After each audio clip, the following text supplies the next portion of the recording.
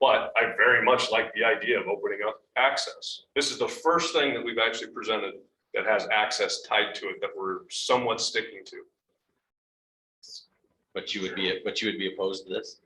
No, it's not very palatable. I mean, Right. I'll eat tripe because I'm hungry. Doesn't mean it's good.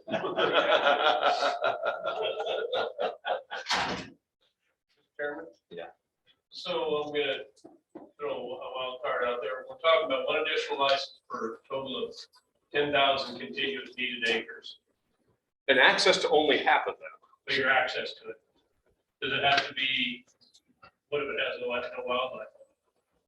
Then they're not eligible for landowner license in the So, first but place. if you've got a chunk of piece of ground over here, you know, that has got all the wildlife on it, we said you can go hunt that 10,000 acre over there. It's called I'm the saying, Colorado Ranching for Wildlife. Yeah, that's what I'm getting at. I think that's where, you know, and correct me if I'm wrong, but Brian, your guys's department folks would have some say on that, right? And then the language needs to be in there, Yeah, Yeah, is what I'm getting at. Per approval by the department. contiguous deed. Yeah, they would, because it's, this is a commission reg, so there's a lot more discretion for the department. Yeah, so I think you have to put in there, and I see this right across the border from where I'm living all the time with their tag for access programs. It's not necessarily stringently administered, but a lot of times they'll send the public hunters over to the really crummy piece of the ranch where there's not much there. They keep the river bottoms now themselves. Yeah, and so I think you have to allow some level of department approval of the lands that are being, that 50% of those lands. Are these any type of license or are these cow? My understanding, these were Type one. They were type yeah, one, this type- wasn't, this isn't type like 1, 2. HMA restriction. Yeah. This is, Yeah, but this isn't, they're not transferable. They would still Yeah. be used by the landowner or his family. But it is just cut for family. Sit, Sorry. well, I don't know if it'll be used that much. 5 tags to shoot 5 bulls, well, 2 to shoot 2. How many big bulls does a family need every year? exactly. And now, a license 5. yeah, I've got 5 eligible hunters in my household. I guess if we draw all 5, we'll shoot all 5, but How many teenage boys do you have? And in some cases, girls. got both. Competitive with their brothers. And I don't even know if this is totally vetted out. There's gotta be something that addresses that access question that we just keep sweeping over. I mean, I'm not opposed to putting this out for public comment. I have no idea how this is gonna come back. Yeah, I have no clue. Like, not that I know everything, how people are gonna react, but it's gonna be interesting to see how this is even taken by the sportsman. I don't know whether this would be used. I think it probably is used more if those tags are transferable, but I don't know that either. Maybe Yeah. not. And I think that's a sticky situation there too. So Joe, what do you think? Hate to put you on the spot. I think it's worth testing and seeing where I agree with Adam. It's really the first opportunity we have to actually go out and say, we're trying to do something to open up Right. property to that. I'm less opposed to the additional licenses if there's significant public good that comes along with it. Maybe a little bit more like lutefisk than tripe for me, but it's at least a step in the right direction. I'd be curious to see what people think. I think we're gonna have very polarized feedback on this. Well, Mr. Chairman, here's a thought too. Rather than additional landowner licenses, why not just bump up what they get for their coupons that they turn back into game and fish for everybody that they allow access or to kill an animal on their property? I mean, I think that's a better idea. I was just talking to Howard about it. mean, I think that incentivizes a rancher to allow more access. Right, they're $17 right now, is that right? What is it? It's nothing. $12? Right. I don't think Is that that really all will it get is? to, I think that's fine 16. in your large, 16. particularly for antelope that may work. I don't know in some of your higher quality deer and elk units and even some of your higher quality antelope units, that even if you paid $100 reimbursable for a landowner coupon, they're not gonna let 25 people on here. It's just not gonna happen. I'm trying to figure out how much you would have to pay to incentivize them when they're more likely to say, what, particularly these trophy quality units, they're like, we'll take a couple more land permits for a family in exchange for a certain number of public hunters versus just, I just don't think there's enough money there to incentivize them by paying the coupon. There's more guys around here that are involved in that aspect than I am, but I don't see it, Jeremy. Well, if you're, Mr. Chairman, if you're a landowner, you're trying to get back to management objectives and reduce elk numbers on your property. As a landowner, I'm interested in killing elk. And I think you may be right, some cases when you're dealing with just like cows, like this case, doe white-tailed deer on the alfalfa field. Maybe, because you want to kill it, that's the point. Right. But to incentivize the public, to get the public on there, you give them a higher coupon rebate for that. I'd have to ask some of my landowners whether that was enough incentive to do that. I don't guess know. It doesn't hurt to throw it out there. I just. And I think I brought this up earlier with a couple of landowners that are involved in the Access ES program in Area 7 that I've talked to a lot about this and that the number of elk that they have, the number of, I guess, the landowner coupons, the 2 isn't that big a deal, but they do want to, they're concerned about the number of elk that they need to be taken off their property. So, they talked about, like, I think I mentioned this before, if the type 1s, if you issue a cow calf, a type 4 with that, and then if they come across a cow, they can take a cow or another option that they talked about, that the landowners talked about, was keep track of the number of cows or calves that are taken every year and, have a number set. And then if that, that many are taken, that maybe they get an extra landowner license or they get, a bigger compensation if they kill 100 cows on their property over the course of the year, and you could keep track of that, I guess, by the coupons that they turn in, or, have that documented some way. But that was just a couple of suggestions that they had.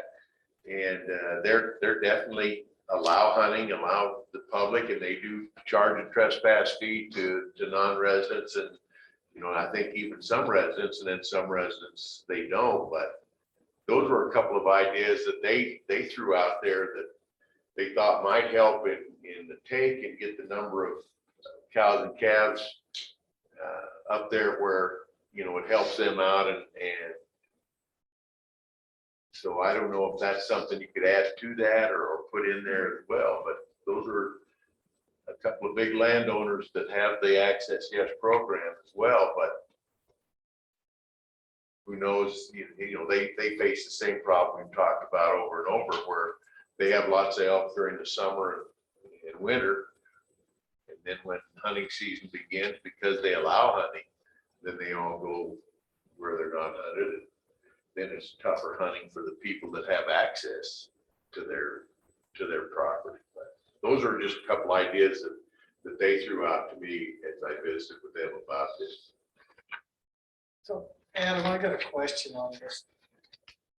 So it says if the landowners enrolled in the Access Yes program, at least 50% of their deeded acres following, providing free public access.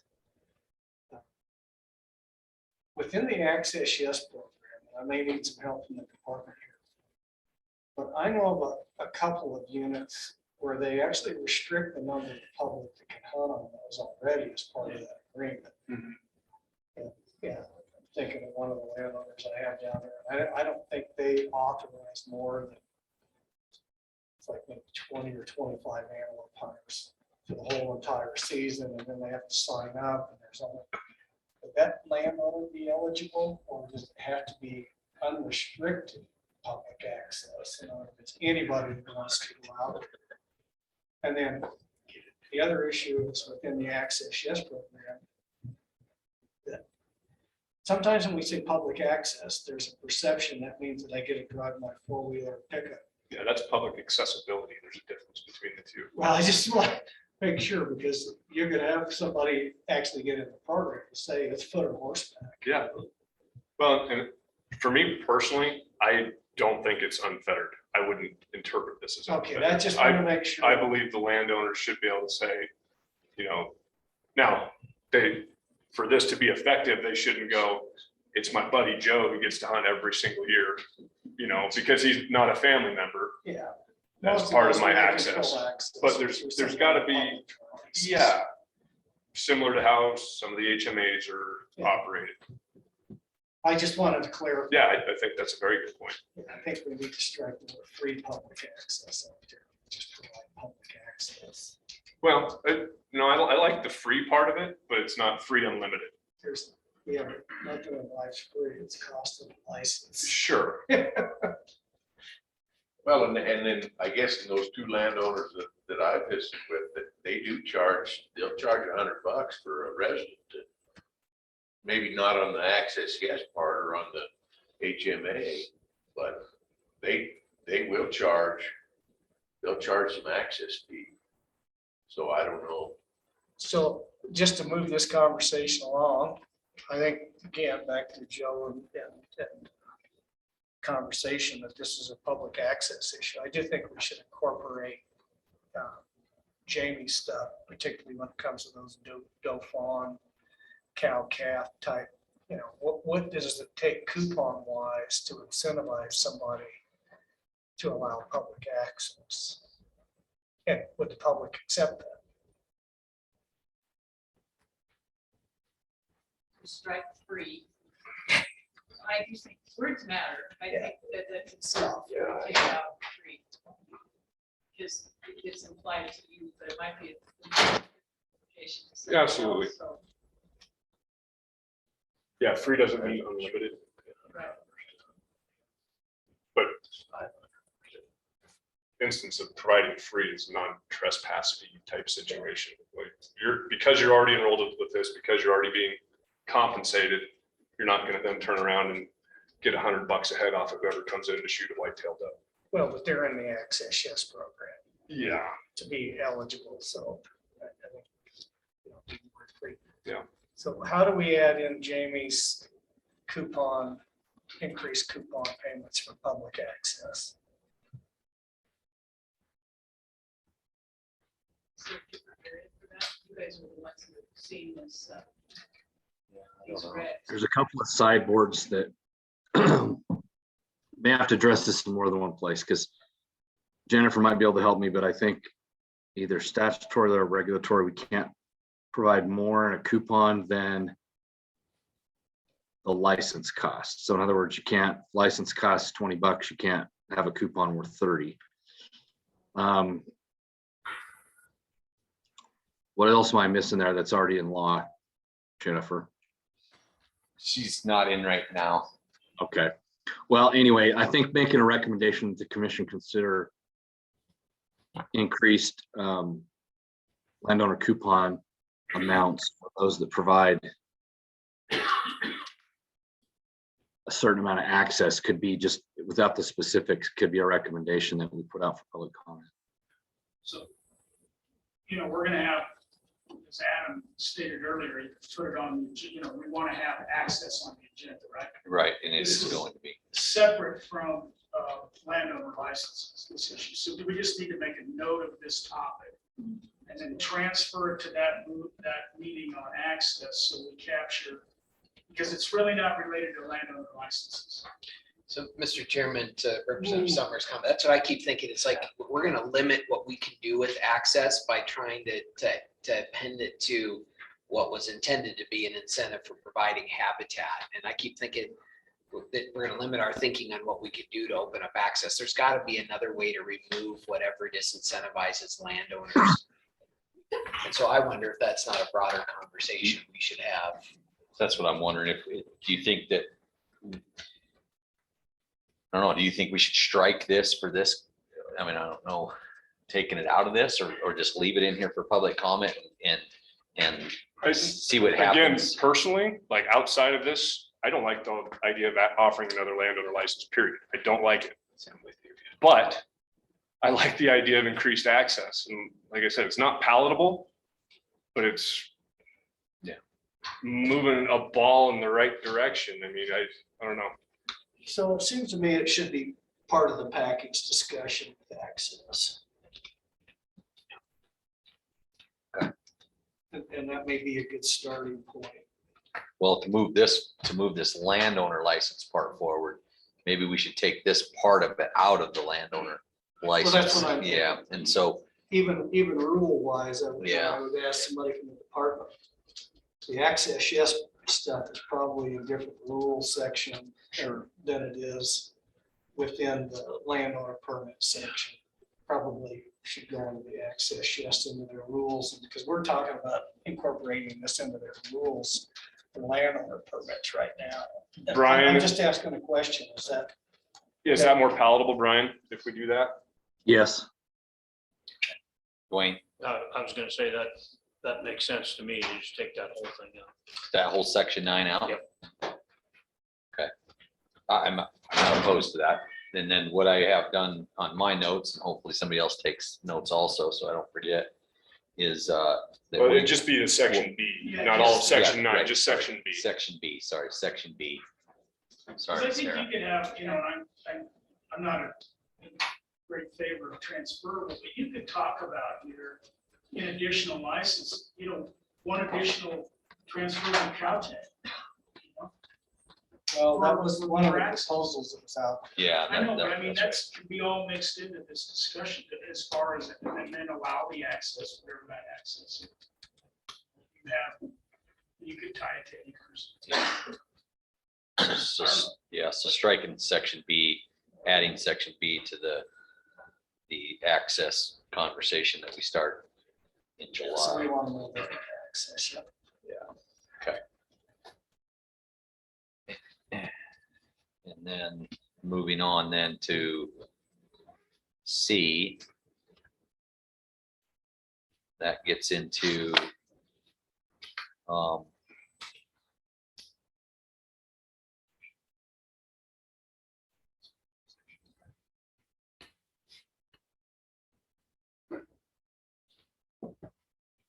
Yeah, C, excuse me. So this actually goes into the landowner cap a little bit, the license cap a little bit. That's why you see the yellow in there. This would make a provision that would allow for a competitive draw of landowner licenses if we install a cap. how about if we just install the language that Joe recommended earlier, that there's a ratio, I mean, just something very, really, that gives the department some discretion on that. I think that's probably the best way to do it instead of capping it. Rubric, or you just need? Well, just a vague language of, it doesn't have to be that exact rubric, because maybe 50% isn't palatable by the department, and maybe that has to come down, but. So, I think there has to be a cap in place. Uh, Because otherwise there's not gonna be any, and I we're think, not gonna stop the subdividing and continue to rate. We have to figure, whether it's just broad authority to say, go get a cap, but it's gotta be done. well, and I think you're right. I really do. I just don't know what that would be. But I think it's important, and I think Brian said it earlier, it's important for this task force to come up with a cap number, what we're not comfortable going over, what a majority of us are not comfortable giving X amount of landowner tags in a specific area out. So throw a number out for the sake of discussion. 25%. Can we get on the screen the shot of the ranges? You got that yet? from the Yeah. last meeting? Yeah, Even if it's just one page. Sure, Or sure. give us the range. I can't. remember. So, Those- I mean, the biggest, those are summary. yeah, this has all deer, elk, and antelope, and so, I mean, for example, there are 17 areas in non-resident elk that have non-resident elk here, non-resident elk. Areas, 17 areas are over that 25%. So there's gonna be 17 areas that are gonna go into a draw right away for non-resident landowner licenses. For resident elk, it's gonna be about 6. If you go to 30%. This is my stamp script, and I can barely read my own writing, and I only went from, about 25% down. And most of that is 20% I went. So that's. Well, and that's going off of what is currently That- being handed out, right? That's right. Yeah, that's right. There's not a ton of areas that are over 20. There's not a ton of resident areas that are over 20. There's No. quite a few more non-residents. 7, that's right. It's 3 times as many non-resident areas. So that gets us back to that other discussion. Are you gonna have different quotas? Because the reason that happens is if the non-residents come out of the non-resident pool, and if it's elk, they only get 16% of the non-resident licenses. Or 16% of the total quota goes into the non-resident license pool. The first things that come out is those non-resident, or those landowners come out of that pool. And so that's why you see that higher percentage, even though it may be a smaller number of licenses. So the question becomes, when you cap this, are you gonna put all landowners in the same pool for the drawing? Or are you gonna have 2 different pools, a non-resident pool and a resident pool? I think for landowners? and Brian, maybe you can help with this, but because of the percentage of allocations, don't we have to pull your non-resident have to come out of the non-resident allocation, the resident have to come out of the resident allocation? I think it has That's- A non-resident landowner license has no effect on resident licenses. Right. No. Go ahead, Brian. Dwayne said what I was gonna say.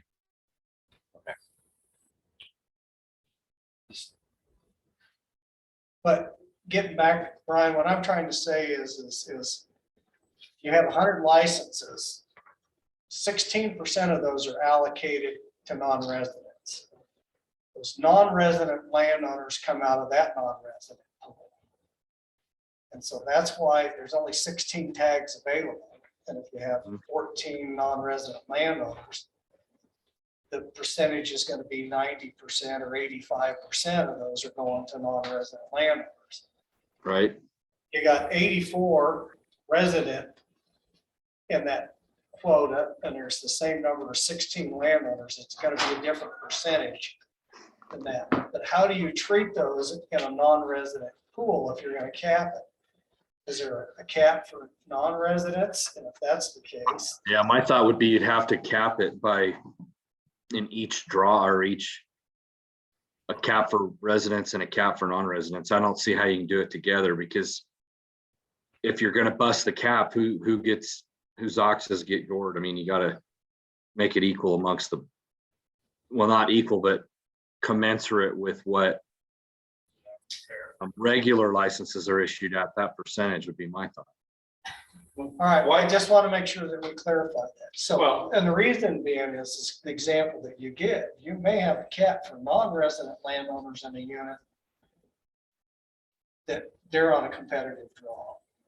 In the same unit, for the same tag, resident landowners Are not. have not hit the cap, they get their landowner tag every year. Correct. Okay, Yeah, I just want to make sure that's what we're saying. that is, I think that is what we're saying. It could be Okay. the same, it could be the same number, It whether could be it's 20 or 20%. 25. 24 each. Yeah. Okay, Yeah, and that that's right. could potentially do a couple of different things economically speaking. You throw 10 more tags back into the non-resident pool. Guess who non-residents go through 20 to 40% of the time? Yeah. Our outfitters. no, it will put more tags either back in the DYI, it'll put 50% into the DYI and 50% into the outfit. But what it also does is it helps regulate selling these ranches. That's exactly, that's why I love it. So we could put in my mind for non-resident landowners, you could put 5% cap, and I'd be happy as hell with that. Can we bump that to universal since the universal discussion's running around? Like 5% cap for everybody. You just have to go there, Adam. You just can't. Absolutely. I 100% do. Yes. I mean, Kick 'em. I mean, it makes sense I mean, for me, there's just very few resident landowners that are gonna go, that are over 20% actually, right now with the numbers in 2021. There's just very few that are not gonna get a license this year or next year. Most of them my constituents. Well, Thank you very much. And the ones are going to be guaranteed the tag the next year. Yeah. You know, there's just very few of them. There's just very few.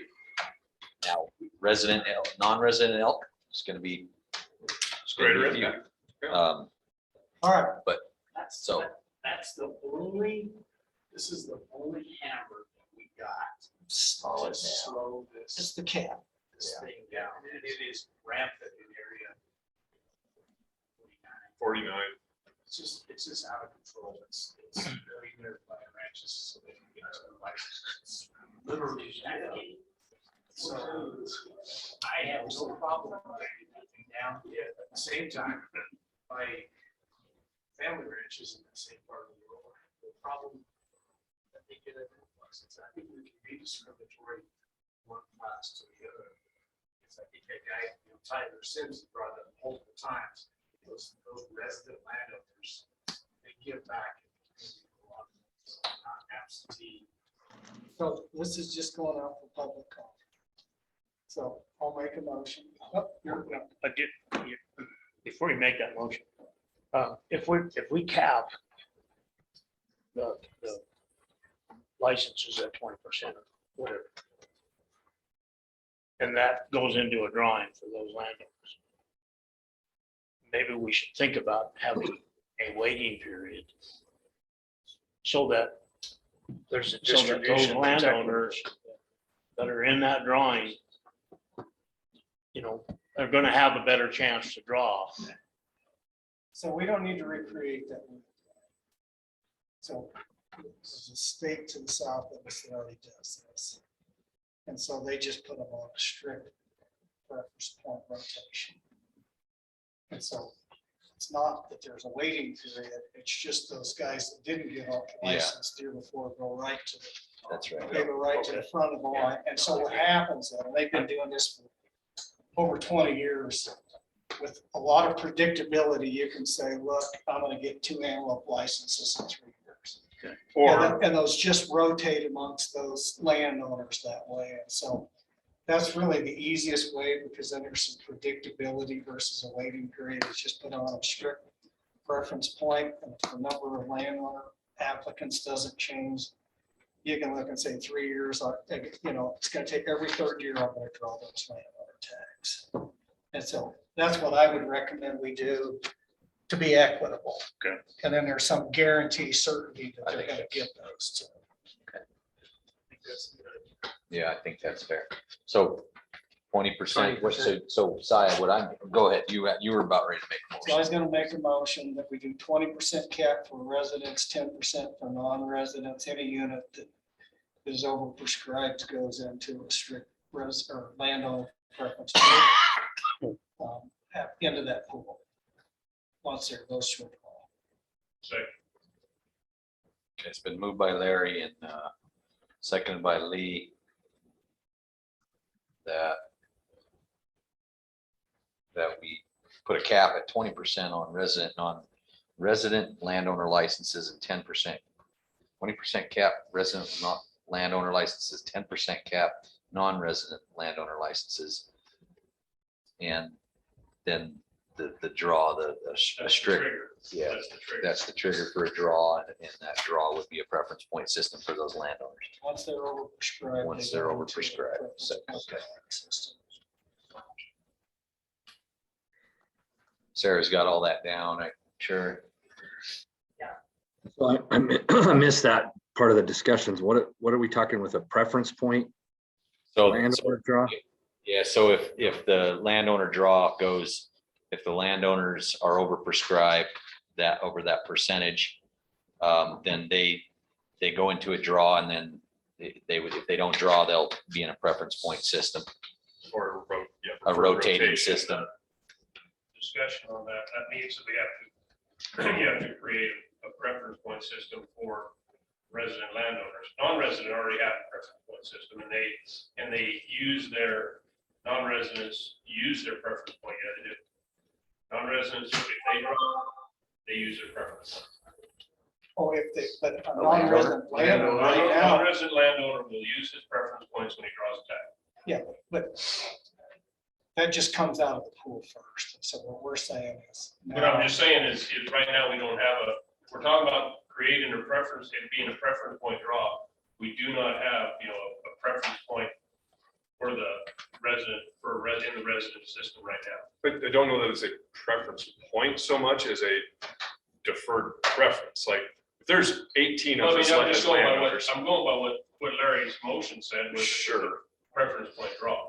So just for clarification, why would a landowner that's guaranteed a tag every year buy a preference point? No, Well, they're not. it depends on where they're at, because I have some, non-resident landowners that they buy preference points in case they're gonna go hunt somewhere else. That's a whole different But issue. if they decide to use that, if they decide to go for their landowner tag, their preference points are used. They go away. They go away. So, yeah, so you're gonna want to segregate that out. I don't know if we have to. I'm just saying if we're tying the whole landowner licenses to a preference point draw, Yeah, the first year that they decide to use it for their landowner tag, you're just gonna, you gotta do something with the resident. it'll solve. Well, yeah, you will, if they're overprescribed resident landowner tags.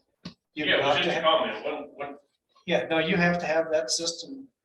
If you have overprescribed resident landowner tags, you're gonna have to put them in that preference point Or system. can you not just have a roster of eligible landowners? Like if there's 18 of us as landowners, but there's only 16 tags, that means Rusty and I don't get our tags this The year. reason you can't do that is because the landowner, number of eligible landowners that apply will change from year to year. Sure. And so, But he and I are on the top of year 2, regardless of those changes, because we didn't draw in year 1. yeah, that's the point system. You go right to the top. And if there's more, and there's potential, I mean, there's maybe one potential area that for residents that it could go 2 years. No, Yeah. Is that what you're saying? yeah, I misunderstood. Yeah, what about offering, I mean, and this maybe gets into, what about giving cow-calf tags instead of type 1 tags to the ones that don't get it? Well, they can apply for that as their So they'd second be choice. available. That's true, yeah, they'll be available. Okay. If they want to put a second choice down there. They pay. Whatever the fee is. All right, so any more discussion on that? 20 and 10 is the proposal. 20 and 10? Okay, hearing no more discussion, all in favor of putting that out for public comment, adding that to it, say aye. Everybody aye online?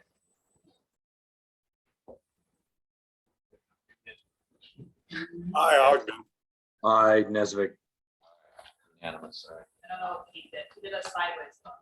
Oh. I'm sideways. Pete's ambivalent. Okay. All right, we appreciate that. All right, move on, Adam. Yeah, If that's the option, that's what I am. the last part of Can self-identify. Pat's original red line, not the list of this one, because I can understand the original red line a little bit better, was basically establishing the review period of at least, and he has in this written down at least every 5 years. Because that is something that doesn't exist right now. There is no review period. So I think ownership change might be the only natural review period. So Brian, can you weigh in on that?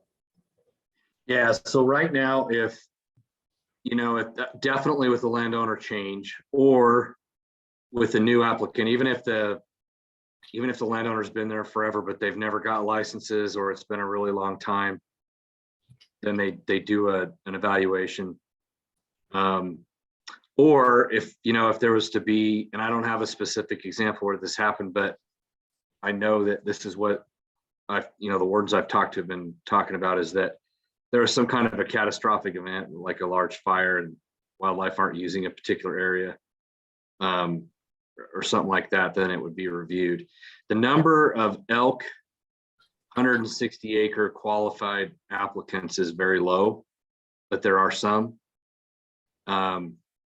And I think that's probably about it. But especially on the larger ones, or people that have been getting them for a very long time, unless there's some really good indicator that it's changed and they shouldn't qualify, they should no longer qualify. They're not doing an evaluation and taking. Well, so that was the point that I was trying to, let's don't put a regulatory burden that they have to go do something and it's unnecessary. So that would be only to do a review if there's substantial circumstances have changed. In other words, the habitat's been burned up or you've had a massive die off. Why just say every 5 years you got to go through this exercise of reviewing qualified landowners and nothing's changed? Yeah, and I actually talked to a warden the other day about it, and he said, because of the land ownership patterns and how they know the landowners, it's not really that big of it's not that big of a burden, because there's only a handful of them that are small that are even in question. Most of the ranches are not questionable ranches. They've got lots of wildlife, and the warden can do a review, but I mean, their evaluation is they see every time they drive up the county road, they see 400 elk on so-and-so's place. So Well, that's it's what I not was as big that's a what I burden. want to weigh in on, Brian, is whether this is There's the going to be an language. additional D, burden to put that D, every 5 years in there DE. or not. So there's the language. I don't see. So you're saying it's based on the conversations with your wardens out there, that 5-year thing isn't going to be a time barrier or constraint on how much time they have to do that? No, I don't think so. And I do think it would give them some, if the commission were to adopt this, it would give them some cover where there's some kind of iffy ones that they feel like maybe should be reviewed. It'll give them a little cover to go do that. Okay. I mean, it seems like there's a little bit of discretion in this D and E. Well, as like Adam pointed out earlier, there's quite a bit of discretion, because right now, I mean, when a game warden counts elk driving down the county road on a landowner's place and locks that in his or her memory, they're not sitting there to figure out how long those elk are hanging around on that place. It might be for months, or it might be as they're passing through. And I don't want to go down that road. I mean, if they get documented, they get documented. If it's a question, the pellet count method does quantify, elk use to a level where they're using the habitat. And so if it's in question, that method can be used. But for the most part, just a landowner capturing images on a camera or a game warden seeing them in a normal course of his or her duties is enough, I think, for them to be able to make a decision that meets the regulation. Thank you. So that's about it for this section. Yeah, go One ahead. thing we need to, probably should roll back up to the first paragraph in section 9. Okay. Line 8.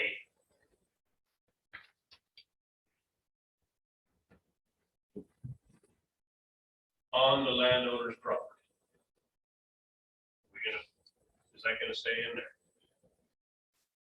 So right now, that's the way it's written, is that you hunt on your property. And currently, That's existing language that discusses the intent, but it's not absolute. It doesn't mean that they have to hunt on their own property, but it's, it's basically saying the reason and this is old language, this is in the existing regulation. We're providing this opportunity so a landowner can hunt wildlife that's on their own place, but it doesn't say, but not anywhere else. Are you wanting to add that, Lee? I don't know, no, I just wanna make sure that we're. Yeah, I recommend against that. We've got some landowners that provide a ton of habitat in the winter and spring and have lots of damage and all kinds of problems. And they don't have access to those same wildlife during the hunting season. And so they use their license in other ways. And I think that'd be bad, especially for some of our landowners that are impacted the most. My question is do we wanna strike that? Or do you? I don't think we have to strike it because it's not limiting anything as is, and it's existing language. Yeah, that's existing. Depends on how you read it. Yeah. So then, Brian, this question I have for you, it looks like we're gonna move this whole edited section towards public comment. It's a lot, adding to what we already are gonna have to talk about moving to public comment. I guess we'll just discuss that next week on how or later this week on how we want to do that. Yeah, I asked Todd to put together a meeting next week with our staff to talk about how to do this. And, part of that's going to need to be a phone call with you and Josh to make sure we've got the right list, make sure we've got everything incorporated that needs to go out to public comment. But I mean, it's all possible, but I think we just, in some ways, we almost ought to say, this is what we're going to tackle in July. This is what we're going to tackle in August, because it's going to be a lot for the public to digest in a short amount of time. Yeah, we may have to leave this out longer. I guess we'll see. Dwayne, go ahead. We skipped one here Which one? that Sorry about I wasn't aware of. Wasn't involved in any way of the discussion is H.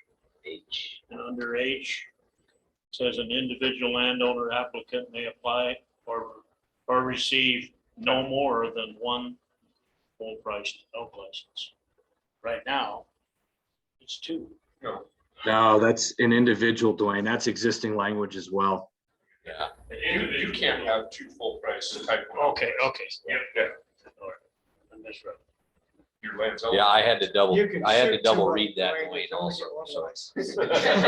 Don't get. Okay, so we're okay with moving this chapter, I guess, forward for public comment with those changes we've made?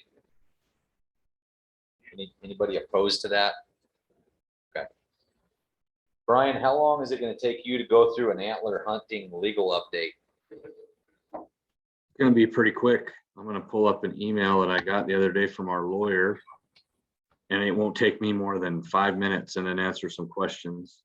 All right, well, you're up then. All right, so I just asked her, I didn't want her to do a full blown formal opinion. We can always go there if we decide it's necessary, but I just asked her to give some legal opinions on some of those questions that we had. First of all, she certainly believes, and I concur, that the commission and the department do not have statutory authority to create a license to collect antlers, shed antlers anyway.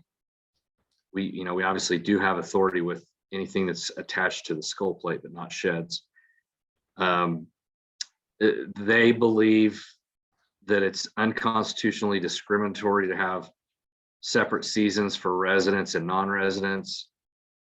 And the whole property issue is kind of gray.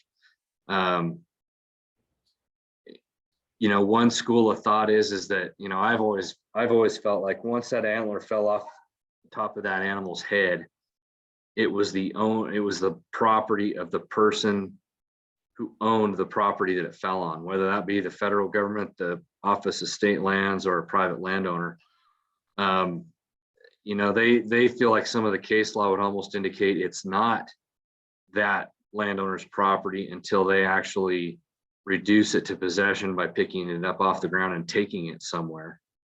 And so somebody else that has access, legal access, could also particularly, you know, they could make the same claim. Well, I was out there and I found this and now it's mine because I'm the one that reduced it to possession.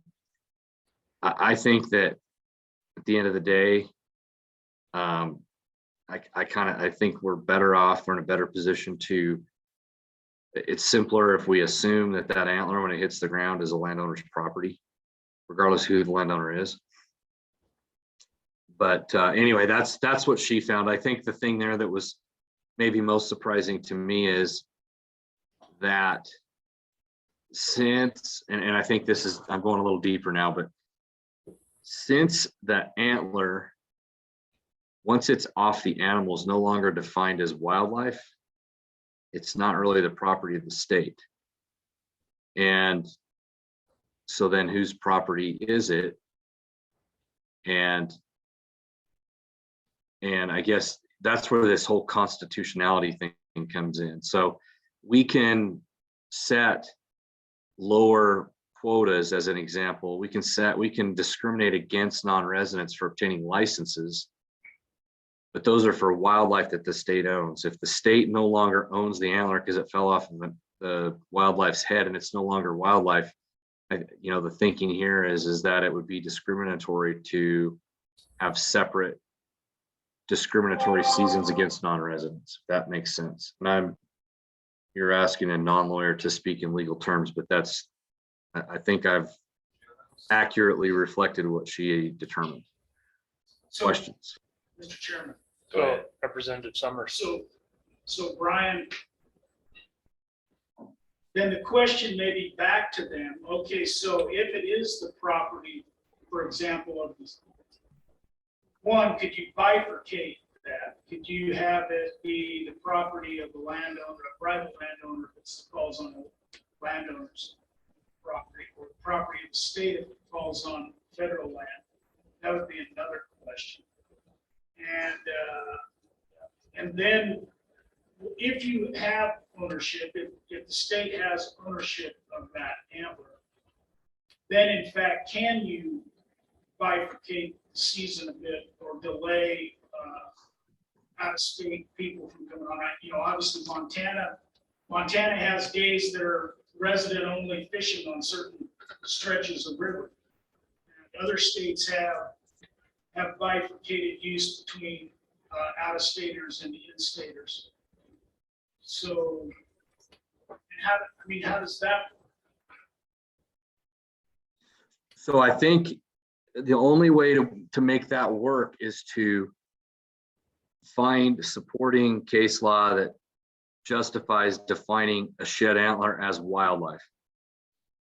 The reason that Montana can have a discriminatory fishing season is because they own, by federal law, they own the wildlife, they own the fish.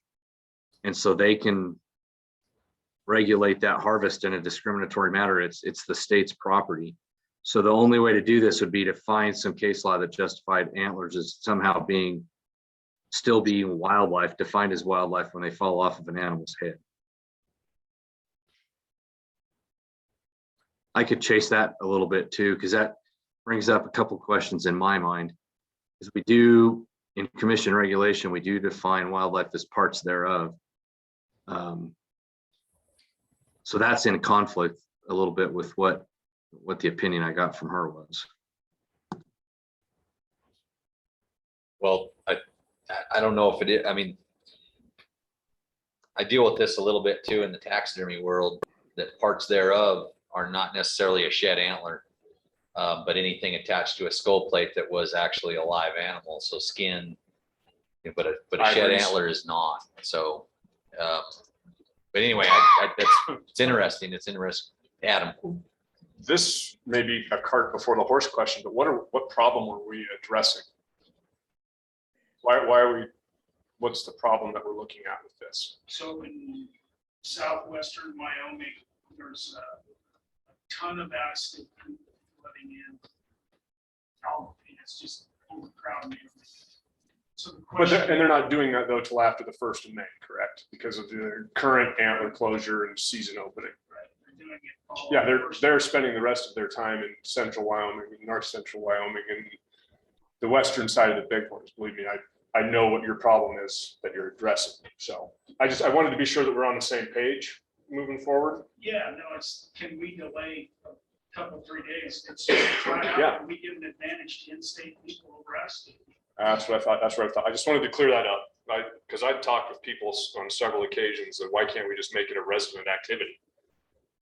You can't do that, but Well, obviously, but that's where the conversation started with that. yeah. Side. So Brian, I got a question for you. So you said that once that shed antler hits Put the on the state, ground, right? it's the property of the landowner. That's what you're saying? That's what I believe, yeah, and there is a conflicting opinion in some case law that supports it, that it also may not become the landowner's property until it's actually reduced to possession by that landowner and moved somewhere. So there's two schools of thought there. So how does that affect your feed grounds that are operated under a special use permit on Forest Service land? Would the feeders and the game and fish have to leave that antler on? In the words of Pete Doobie, Cy, you can turn anything into a Rubik's Cube. Yeah, I think you did on this one, because right now the department picks those horns up, has the feeders pick those horns up off those feed grounds before the season starts. And then they take those horns and in turn sell those horns to recoup some money to help buy hay for those feed grounds. And then the department arbitrarily lets those feeders keep a set of horns for their own reward. And they're doing all this pre-horn hunting season. So do we have to look at that? Sounds like it. Sounds like it to me. Yeah, thanks for that, Cy. So the Brian's sick. on department-owned lands, I don't see an issue. Right. This is On forest lands where we have administrative access and a permit, a special use permit, I don't see an issue. On private land, I don't either, as long as we have the permit with the landowner. So I don't think it's a lot different. We have the access to reduce that antler possession and the permission of whoever the landowner is. So I don't think it's even apples to apples with what we're talking about. I just wondering, because grazing committees they have permits too on the federal land. Albert will be out there on his ranch, and when it's federal grazing release, they've got one 2 days before the season. People. I think it would be. I'm not gonna do it. So Tony and then Lee. No, I'm fine. Oh, you go, Lee. So the question arises then is if the antler is the property of, I got a couple of things. One, if the antler is the property of the landowner, but there's a question of it in there of whether or not you have to possess that, reduce that possession for it to be yours. I don't agree with that because you can't go pick up artifacts on the national forest. And they have not been reduced to possession. They're just sitting there. So that part, I don't think you have to reduce the possession to make it yours. But if it is not the property of the game and fish, are the current antler hunting seasons Enforceable. Because you don't have privacy over that antler. You go into an MOU with the land, that's where we're talking about. If you go into an MOU with the land agency, it gives you possession, gives the state possession of that. Then you could have, seasons regular. Otherwise, the only alternative is to go to a full closure of no activity. Doesn't matter whether you're picking up corn or you're just going out there walking your dog. So I think on that issue, the differential is the department has to set those regulations. saying it belongs to the private landowner. That's a statutory law. My recollection, we passed that about 4 or 5 years ago. It's aperture to the land, it belongs to the landowner. So the department's not setting a season on that so much as we've set a season and given the department the authority. So it's not doing it through rule, it's doing it through law. So it's subtle, but I think that's an important distinction, that we've said that belongs to the landowner. And then we said now department, it's in statutes as to when they can start. Yeah, our law may be unconstitutional, but it's. I don't think it is. Because really the only thing we're not saying the feds can't come in and supersede that. We write laws regulating private land all the time. I think we could write a law that says it's the states, if it's on federal land, it's private property, if it's on private land. I think we call it a split estate. I agree with you. I think we can write that. I think we might. Yeah, I think the two options, Albert, are one is, you're right, write a statute that says that changes the definition of wildlife to include all parts. There may be some landmines I'm not thinking of there, but the other thing would be to just, there is authority, existing authority to regulate the activity. And that's under that authority and constitutionality to regulate the activity that we've got the current seasons. And you could actually say that it, you know, the commission, I think, could do it without it changing, without, they just have to change the regulations to allow only, you know, a draw where not, doesn't require a license, but you got to have a permission slip. And it would have to be a totally random draw for anybody who applied, irregardless of residency. Particularly on, I think one of the most challenging things here is we're talking about federal land. That's why, you know, we can regulate wildlife on federal land if it's wildlife. If it's not, it becomes more problematic with discriminating between residents and non-residents. So, Brian, I agree with most of that premise, is that it all revolves around whether we call antlers and horns. I pick up animal horns all the time. I don't leave those out. Oh, yeah, dog chews. But, so if we call antlers and horns is wildlife, then we can discriminate on the number of people that actually can pick it up. We could do 90-10, so you could say, you know, there's 100 permits for, you know, this group of areas for antler picking up. 90% of them go to residents, 10%. I don't know why that 90-10 just keeps popping up all the time. But getting back to the thing, we can discriminate once if we were to actually said that's part of the law. So we do Yes. that already. I'm just worried now that the director of state lands has figured out that there's value, and now she's gonna wanna start picking my pockets for the trust beneficiaries for all the antlers that get picked up on state land. You know it. Adam,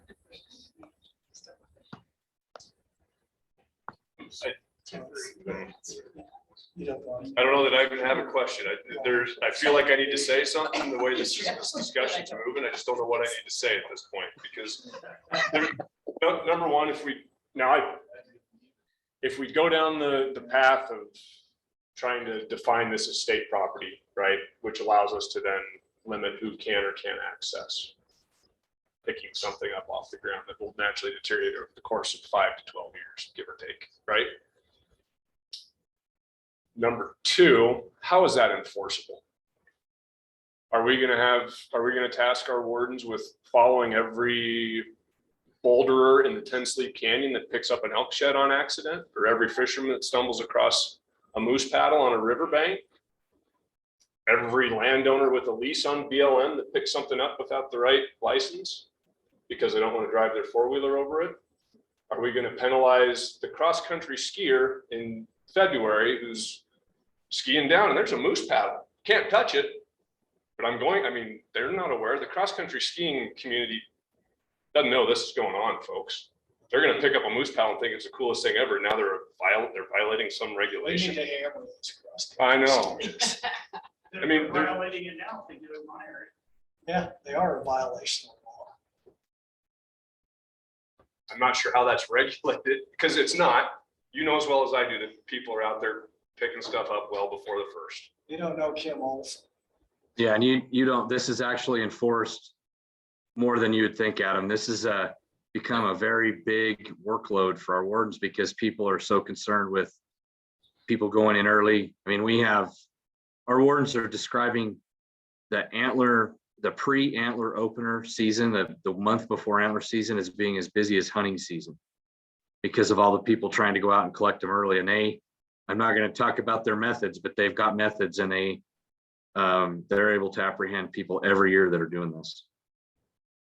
Not cross-country skiers up on the mountain, but people who I are. know who you're referencing, Director. I mean, it's the same crowd that violates over snow travel because they've got a track side by side or track four-wheeler.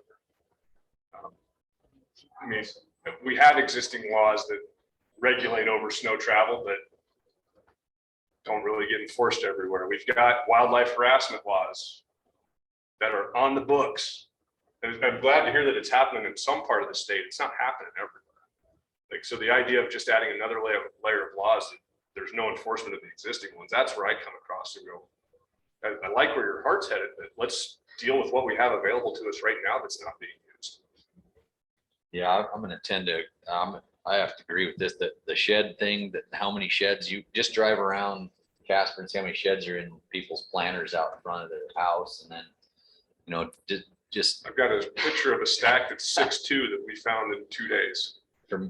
for me, there's a commercial aspect too, that, you know, you use them for, there's 200 licensed taxidermists that use them for fixing horns, or you use them in mounts and I mean, there's just different. I think that puts the wardens in a tough spot too, puts people in a tough spot. But, you know, I mean, I think on the laws that we already have, the rules that are already there, whatever we can do to tighten up that enforcement on the stuff we already have is probably the best idea on that. If there's ideas on that, I'm willing to listen. So I want to make sure that we're real clear here on what this is about, because there's two issues here. One is wildlife protection, and that's addressed right now with the closures. Though the whole purpose of the closures has nothing to do with an antler that falls off an animal's head as far as its value or the opportunity to pick it up. It's all about not having people out on the landscape. They're not harassing wildlife, but they're displacing them unintentionally. That's the bulk of the problem. Most of those folks were not intentionally, when they were out there, they were not intentionally moving those animals around. There were some exceptions. Okay, but this that we're talking about now is a opportunity issue and a quality of experience for those folks that are in Albert's district, that are some of Josh's members who value that experience in the springtime of going out and collecting antlers. And they want that experience to be a quality experience where, number one, there's something left.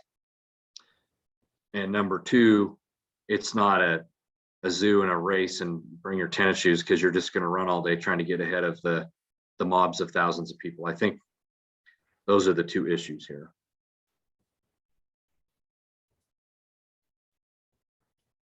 Devil's advocate with shed antler seasons, aren't we falsely creating a bunch of people inundating a closed off landscape at a very sensitive time of the year anyway? No, because we don't allow them to do it till the critters are gone. And so this is primarily winter range. That's, you know, they're not there. But that May 1st has a biological basis in it. And what was happening before without any kind of a closure is those people were out there every day, all day, running all over the place on snow machines and displacing those animals during their most crucial time of the year when they didn't need to be running around. And by May 1, over in, you know, the part of the state we're talking about, most of those animals are migratory. So by May 1, they're no longer out in the same habitat where they shed their antlers, they're gone. And so it's not displacing wildlife during that time of year. They were even, you know, out in my area on snowshoes with dogs in March. Those deer were vulnerable and running them around. Which already violates existing wildlife harassment. No, it's not harassment. It's not harassment to chase No, It's wildlife not around the harassment, deer. it's just movement. Displacement. It's just displacing a shitload of people. which gives rise to the question, and I know the answer of, if I'm gonna do an ad, would be a devil's advocate, but why not just full winter closure? Yeah, no snow machines, no track machines, no skiing, And I know the no reason hiking. why, I know that you're trying to allow folks still to access that, because the big problem is the antler hunters. But if you truly want to keep people off, we'll go. So, Mr. Chairman, because many of these are on lands administered by the BLM and the public, we tried to do that. BLM says we ain't gonna do it, we're not interested in entertaining. And so dealing through that federal process, I'm only aware of one or two of those, the one up there on Cody off of the end of the entire state. BLM was, at least when we tried to do that down in our area, was very reluctant to even having that conversation. The second part of that is 90% plus of the disturbance that's going on, it ain't the cross-country skier, it's the guys that are out there. That's why I wanted to bring it up. I wanted that discussion to come out. So really, there's two issues there. One is to get the federal government to do it. Number two, most of the disturbance is not the casual user, it's the commercial users. Well, most of the disturbance is your automotive users. The guy out, and there have been studies about disturbances of wildlife and foot traffic, bicycle traffic, horse traffic, side-by-side and snow machine traffic. And I hope I don't have to dive into it, but it's pretty obvious that a motorized vehicle exponentially displaces wildlife. And this goes for all kinds, not just recreational, but also agricultural use of motorized vehicles displaces wildlife. Far greater than hiking, foot traffic, snowshoeing, skiing. Even if the intent to be out there hiking, snowshoeing, skiing is to pick up antlers.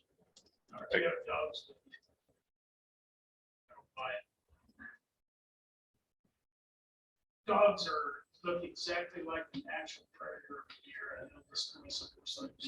I've seen that time and time again. With poorly trained dogs, I would highly agree. I hike 100 days a year with my dog, most of them in the spring. She and I walk by elk within 50 yards of them. We walk by deer all the time. Like, she doesn't chase them, but that's the difference too. She's well trained, she doesn't chase. Guys that have dogs who just run wild, yeah. I've also seen that in residential areas, right? So Adam, I'm trying to follow your tracks and see where you're headed with that. And the trail that it's leading me down is to say it's fine as long as you're walking, you can go out there and hunt horns. You just can't do it motorized. Well, that's where most of the disturbance comes from. That's where landscape disturbance gets messed up. That's where you have, Well, I think on the very, you're correct, if that was just a one-time off occurrence. But the guy that goes out there and walks every day for 10 days in the month of March, walking those south facing slopes when they're depleted, does the exact same thing as the guy that ran the snow machine before. It's the level of disturbance, it's not the disturbance. Mr. Chairman, And if you do it, for 10 people, 10 days in a row, you're probably killing them just like you are with the snow machine. so Mr. Chairman, we're not gonna be having any agreement on this issue, so. Yeah. If I survive an election and want to have a bill, I'll agree with it. So, Mr. Chairman, that was my 5-minute update. All right, I think Rusty's grabbing the public comment forms and we're gonna, sir, do we have any online for public comment? I just asked. Carson. doesn't that same guy in 10 days on a certain place that commits, constitute harassment? It's just. It's not that time. That's the question. Okay. It's one guy for 10 days. It's the same. I would say this, if you guys go with cap time runner tags where you're proposing to cap them, you are gonna kill access, you're gonna drive populations to the road. I know my place to stop access, my two cousins' places to stop access, you're gonna run into big problems. If you want to cap it, don't pick an arbitrary number like 20%. Pick a number like, take maybe half the amount of private land in the area and cap it at that percentage. But picking 20% in an area that's 85% private ground, telling all of us we can't hunt now, you're gonna end up driving away a lot of your access. And like you guys are talking about rural tags, or getting your additional tags. If you give out 5,000 acres, where your minimum would be to start at, like that you guys have listed, there's gonna be animals on 5,000 acres. Saying you're gonna have to pick a certain spot of it, more than likely, is not gonna change. There might be one or two ranches that falls into. But getting into 10,000 acres continuous ranches starts cutting into the numbers significantly, the number of people that are gonna be applying to any of that. And if you're trying to find a way to incentivize the landowner to get access, landowner coupons is not enough money. You're gonna have to get to like a transferable tag or something else. It's got to be a significant amount. Like you were talking to go to $100. $2,000 does not incentivize me to let people on my place tear up all my roads and everything else. It's snowy during hunting season. Side warm up last year. But so to what we have to do to fix the roads and everything else and reincorporate or recoup that stuff, $2,000 isn't enough. And that's like 20 cow hunters on. Probably going to be more damage than that. Also, the more cow hunters you let in, the harder pressure it is on fences and everything else. More fence gets torn up all that way, bunches the elk together, takes out a lot of problems. And then I would say, like on your guys' set aside thing that you guys were talking about, you're worried about the outfitters going into the other 50%. I would say within a couple of years that's going to self-regulate, because why would a guy be sitting there building points when he can have 0 points and just go get a tag? To start off, yes, you're going to have some of them, but take area 7 where it's 12 years of points. Well, all of a sudden now he doesn't have to have any points. He's not going to build 12 years of points. He's just going to go straight to go. Carson, so in area 123, that's probably where you're talking about, right? How many landowner licenses do you think there are? What was it, 17 the last time around? Which was 20%. Yeah, that still puts us back into a draw. And if you more, It that's not doesn't all, put you in. no, that's not all of them that go. Say that again. So that's not all the landowner tags that go out. I know there was 2 sets of tags that didn't go this year, that go in previous years. And I think Bishop's also had another 2 sets of tags that didn't go in previous years either. I think that's a pretty low number, that's 17, that number. But I'm saying you're cutting out the guys that provide 50% of the habitat for everybody else, for all the animals. And then you're saying, no, you guys can't hunt, you're gonna be stuck with the draw and everything else. You're trying to, what you're gonna do is you're gonna force a lot of them, they're gonna go start collecting damages. A lot of them don't already. But you're gonna hamstring them and they're gonna shut off access or they're gonna start collecting damages. You're either gonna run herds through the roof or you're gonna spend a lot of money in damages by cutting out the guys that provide 50% of the ground for the animals. So what would you recommend as a cap? What do you think's okay? If you want to go to a cap, either I would say whatever the amount of private land in the area is. If it's 85% private, 85% of the landowners, if they put in, should be able to get a tag. Almost all of those places are general though. You know, I mean, most of those are places you can get, you don't need a landowner tag. Not mine. There's a bunch of them. Area 7 is another one. 77% private. So 77% of those elk tags should go to the. No, I'm not asking ownership. for that. I'm just saying that we shouldn't be cut off at 20% when we have 77% of the ground in the area. There's already not that many people applying to it. So I would say maybe if you look at maybe if you want to cap it, restrict some down, maybe go like half of the ground that's private. So say an area like say 72% private, you capped it at 36%. Something like that. You're not hamstringing all them guys that providing so much ground for the animals. Yeah. So Carson, we talked earlier today before you guys came to the meeting about landowner licenses, be it above and beyond. Great Licenses issued. How would you feel about that in area 23? There was 17 landowner tags. There's 50 was it 15 type ones, 84 this last year. 84 type ones? So it's 100, right? Yeah. So 100 type 1 licenses, landowner licenses above and beyond that, irregardless of what the cap. How do you feel about that? That'd be good, and if you wanna look at a way to cap something, like you guys were trying to figure out an arbitrary way to pick what landowner tags don't go towards the quota, what ones do. Take areas that are 50%, over 50% private and set that as your base. Those landowner tags don't affect your drawouts. Because I would say a lot of your areas, places that are overpopulated are gonna have more private ground. And so the tags that you're pulling out for the landowner, it's not really gonna change numbers. They're gonna kill what they're gonna do. And they're going to have access to private property. Your tags are going to be used on your private property. You don't come around. Point I'm trying to make to members of the task force is that the way you free up more licenses available for resident hunters is to take these landowner tags completely out of the quota, but having them penalize resident hunters because there's 17 landowner tags. It's an insignificant in Area 123. It's meaningless to issue those 17 landowner tags and still sell 100 resident tags.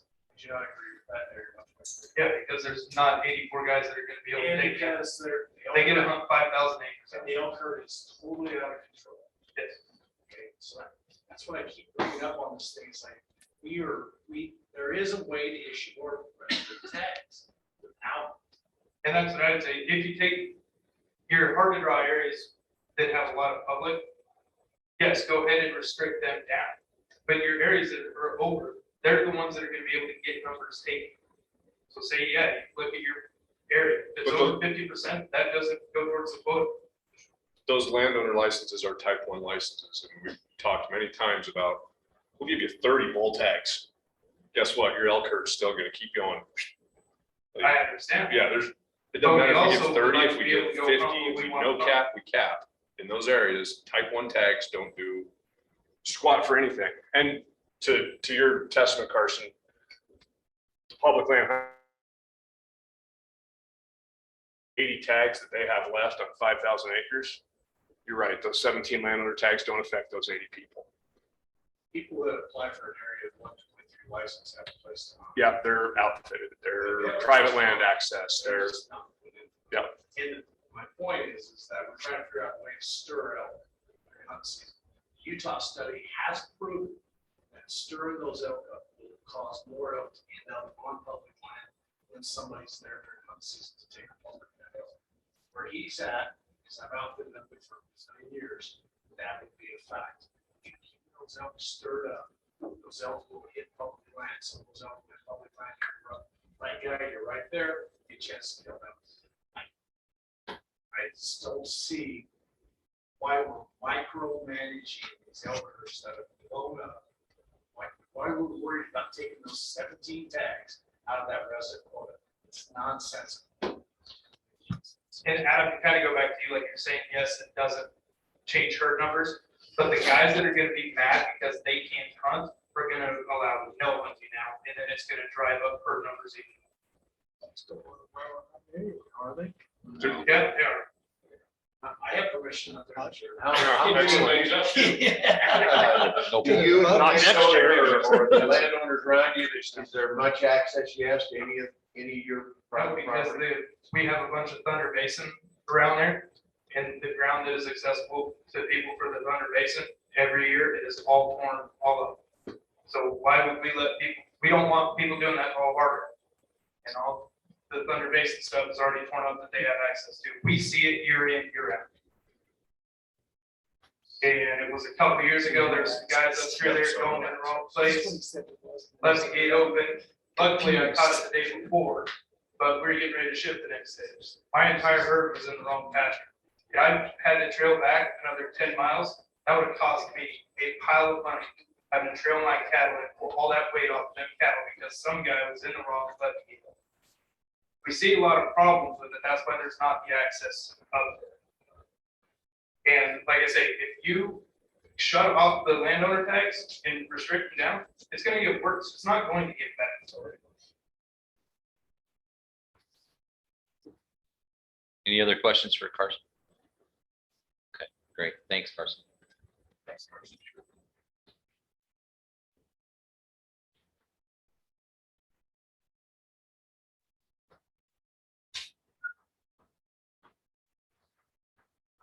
Okay, so we have Wyatt on the online.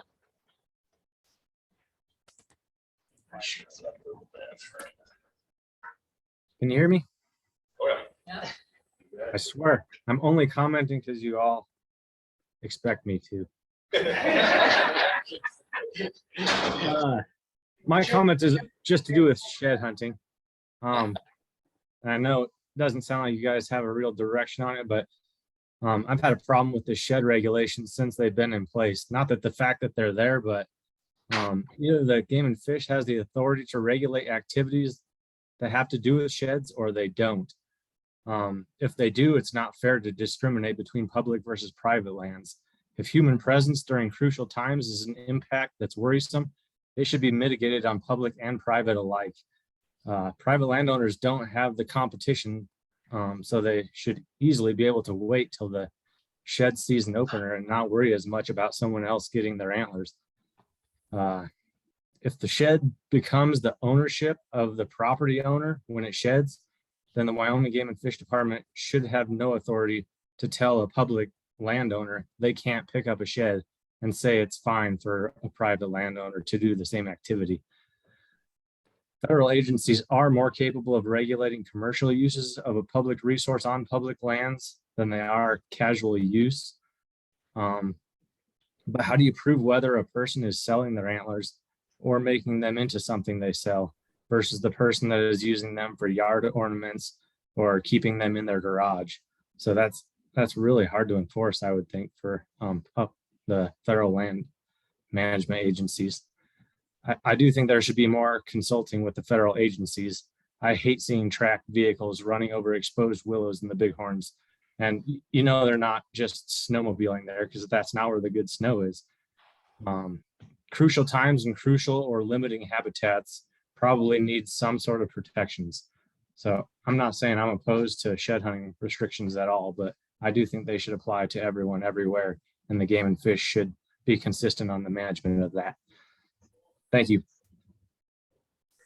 Thanks, Wyatt. Anybody have any questions?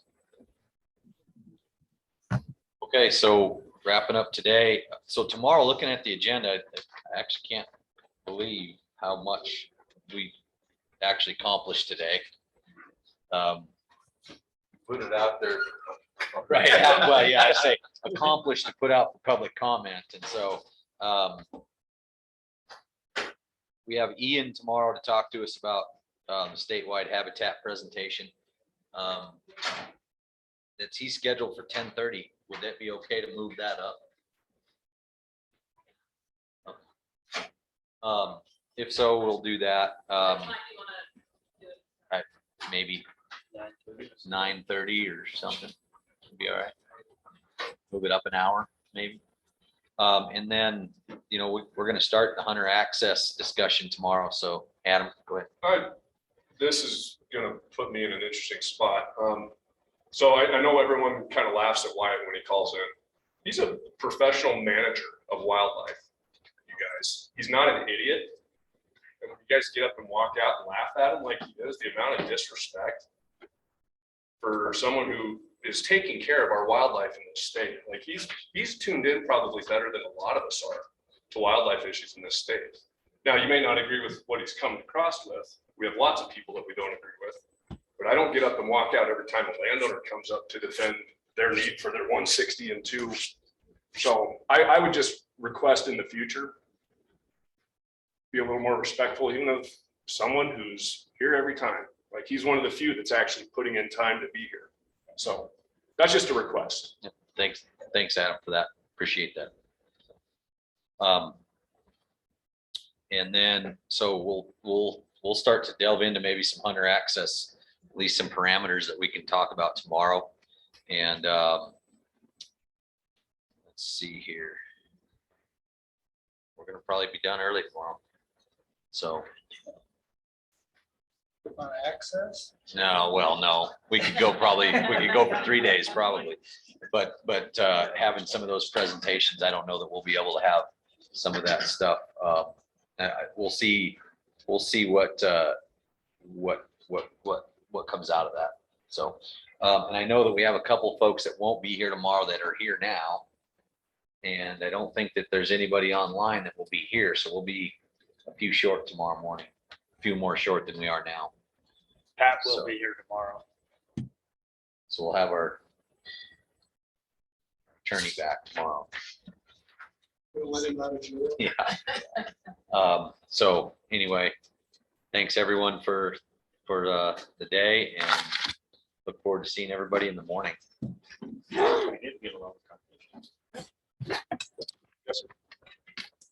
You wanna go? You're right. You know, I'm pretty open. You know, we can shoot it today. So you need polarized glasses. Yeah, she has sunglasses. Yeah. And then I have crummy clothes, so I can, you know, if you don't have it, I expect you to get all the issues. Because I'm expecting to get some. And then I go up and